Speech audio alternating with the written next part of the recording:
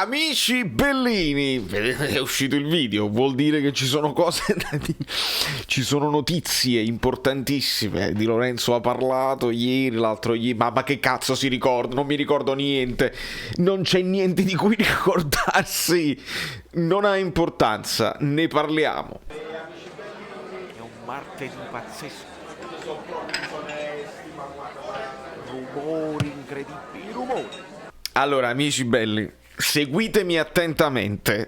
Vi chiedo di lasciarmi un like di misericordia, perché essere youtuber d'estate è complicato, essere youtuber del Napoli d'estate è più complicato, essere youtuber del Napoli dopo Napoli-Verona è ancora più complicato, quindi vi chiedo dei like di misericordia. Arriviamo a 500 like di misericordia e iscrivetevi al canale. Benvenuto Alessio De Francesco. Devo dire, gli iscritti continuano ad aumentare e io vi ringrazio, ma devo ringraziare assolutamente prima di tutto ancora Frank, l'ottimo Frank Parziale. Guardate com'è bello, che non solo indossa la maglietta del fluido.net ma ha comprato anche quello delle lote, quindi grandissimo, grandissimo Frank. Ma non solo, perché l'ottimo Virgilio, lo vedete alle mie spalle con la maglietta, ha comprato anche la tazza che trovate sul fluido.net.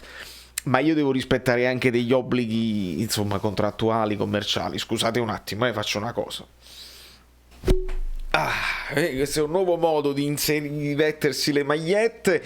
Maglietta dell'Italia, perché Di Lorenzo ha parlato, Insigne parlano tutti, Meret non parla, ma questa è bella a collo alto, può essere, no, a collo alto, insomma, a polo, a grande polo, che trovate, sapete dove trovare, sul sito calciostore24.com. trovate i link in descrizione, utilizzate se vi volete comprare qualche cosina il codice sconto 1926 e avrete tutti gli sconti possibili e immaginabili per delle cose che sono carine, che io a New York da esterno, da forestiero, indosso con grande orgoglio, perché comunque al di là di tutto loro dicono: ma sei italiana, allora la pizza, allora il mandolino, allora fanno un po' così, ma comunque voi vi potete divertire e togliervi qualche sfizio. Signori miei, Di Lorenzo ha parlato, che cosa ci ha detto? Beh, giusto perché dovevo scrivere un perché il problema è il titolo. Io posso farli di video, clicco play e parliamo insieme e mi diverto a parlare con voi. Il problema è il titolo che non acchiappa. Allora io posso mai fare il Napoli ne ha preso uno, faccio il titolo a trappola. No, io posso semplicemente consigliarvene uno. Comunque, Di Lorenzo ha detto che deve tutto al Napoli, che è molto grato della squadra azzurra, la sorella, no, la figlia si chiama Azzurra, mi pare il fratello si chiama Diego, tutte cose interessantissime a livello calcistico, però lui è contento, è il nostro terzino principale, si deve dire la verità, perché noi abbiamo il problema del terzino, non so se qualcuno se ne è accorto, teniamo dei problemi perché qui non sappiamo se è abile, arruolabile, Spalletti dovrà decidere, abbiamo il signor Mario Rui che è sempre lui e allora vogliamo puntare un'altra volta, Gulam che non si sa se recupererà, non ci dovremmo puntare. Signori, dobbiamo renderci conto di una cosuccia: Emerson Palmieri vuole 4 milioni e 6, li continua a volere, al massimo può scendere a 4, può scendere a 3,5, ma 3,5 nemmeno ad Insigne De Laurentiis li vuole dare. Allora ci rendiamo conto che noi quei profili là non li possiamo guardare nemmeno col binocolo.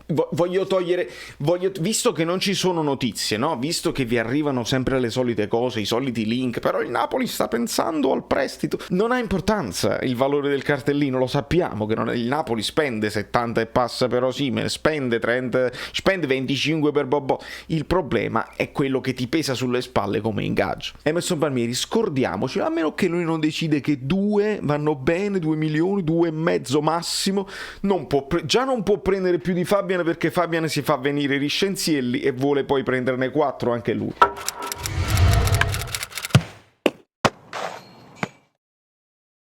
Non si può fare.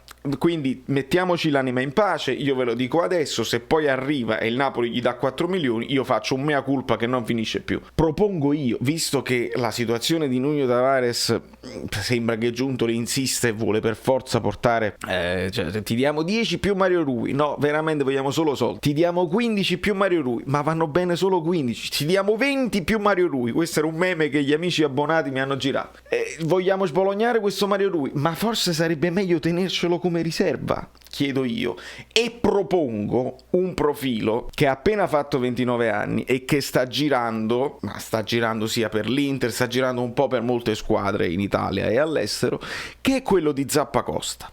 Perché Zappacosta, che ha fallito, si deve dire, probabilmente la sua esperienza al Chelsea, comunque il Chelsea lo pagò 25 milioni, Zappacosta è tornato poi in prestito, è andato prima alla Roma, poi c'è stato l'infortunio, poi è andato quest'anno in prestito al Genoa e non ha fatto male nelle ultime partite, prende un 1,7 se non mi sbaglio dal Genoa e quindi tu gliene puoi dare 1,7, 1,8, arrivi a 2 e lo propongo perché sì, è un destro, è un tutto destro naturale, ma col Genoa io l'ho visto giocare anche a sinistra con notevoli possibilità, no? Lo puoi vedere alla Spinazzola con un destro che sulla sinistra può andare pure a rientrare anche sull'altro piede, i famosi piedi invertiti, la canzone che io sto per fare uscire, no, ci vorrà del tempo, non vi voglio illudere. Insomma, Zappacosta potrebbe essere uno di quei profili che il Napoli può guardare, altrimenti serviranno dei nomi sconosciuti che non scalderanno il cuore mai a noi e dobbiamo sperare di fare la riuscita di quelli che poi quando abbiamo preso Gulam abbiamo detto ma chi è chi sta, poi i terzini algerini, e invece aveva funzionato. Quando abbiamo preso Mertens,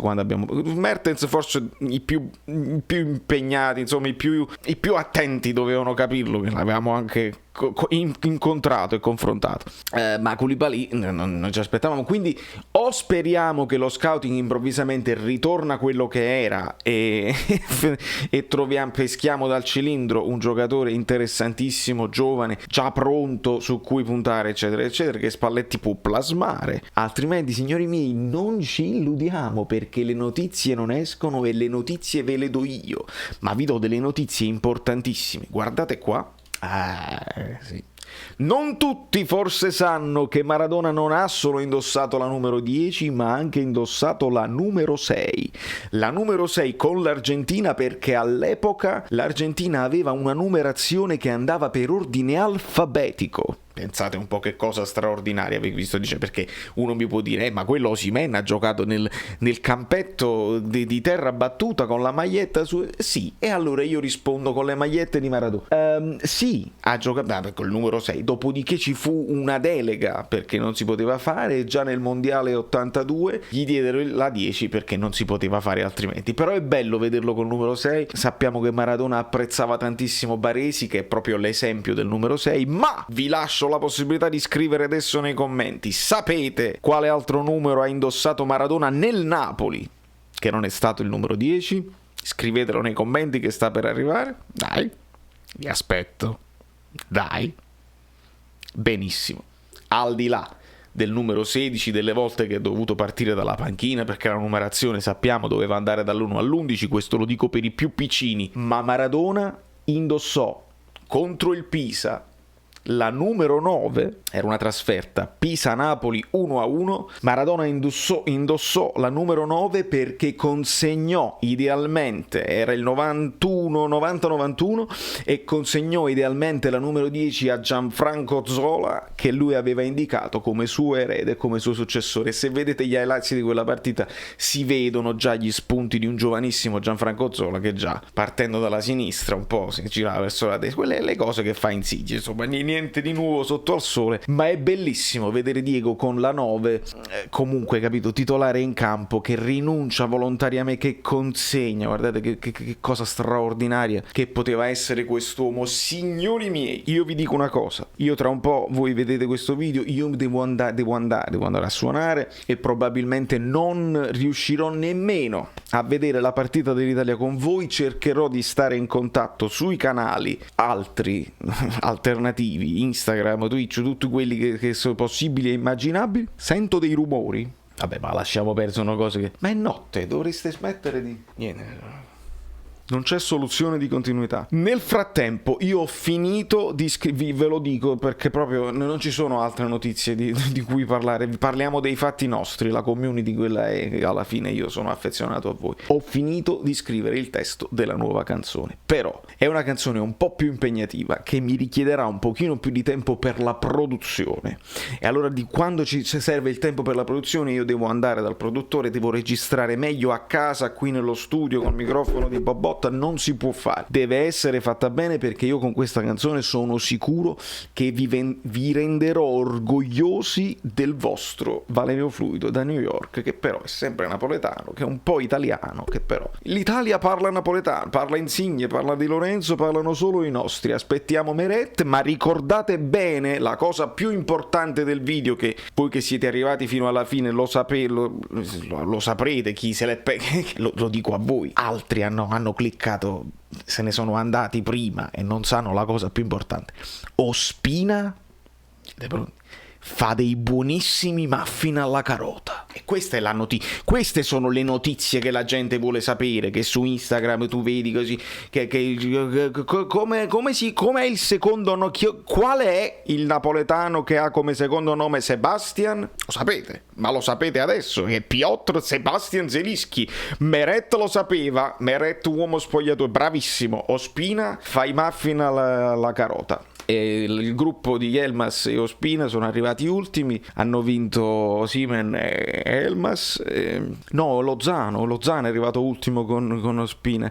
Vado in difficoltà perché era talmente importante la storia fatta su Instagram dal Napoli, che sono quelle cose, sono quei content, quei contenuti incredibili che sicuramente aumentano i followers in tutto il mondo, fidelizzano quelli che ci stanno già, perché tu che segui quella pagina vedi un content di questa maniera, resti fidelizzato, sei contento, perché